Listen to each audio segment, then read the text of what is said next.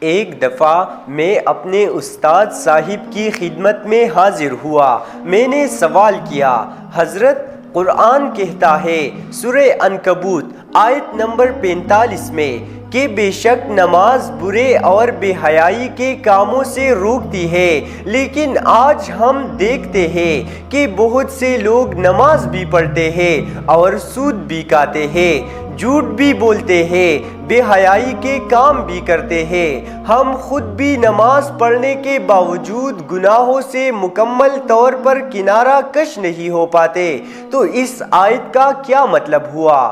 فرمانے لگے، بیٹا قرآن کی آیت پر نہیں، اپنی نمازوں پر شک کرو کہ ان نمازوں میں ایسی کون سی کمی ہے جو تمہیں گناہوں سے نہیں روک پا رہے۔ صحابہ نے کبھی یہ سوال نہیں کیا کیونکہ ان کی نمازیں واقعی نمازیں تھیں۔ اب بھلا سوچو، اگر ایک شخص کو دن میں 5 بار عدالت میں جج کا سامنا کرنا ہو تو کیا وہ جرم کرنے کا سوچے گا بھی؟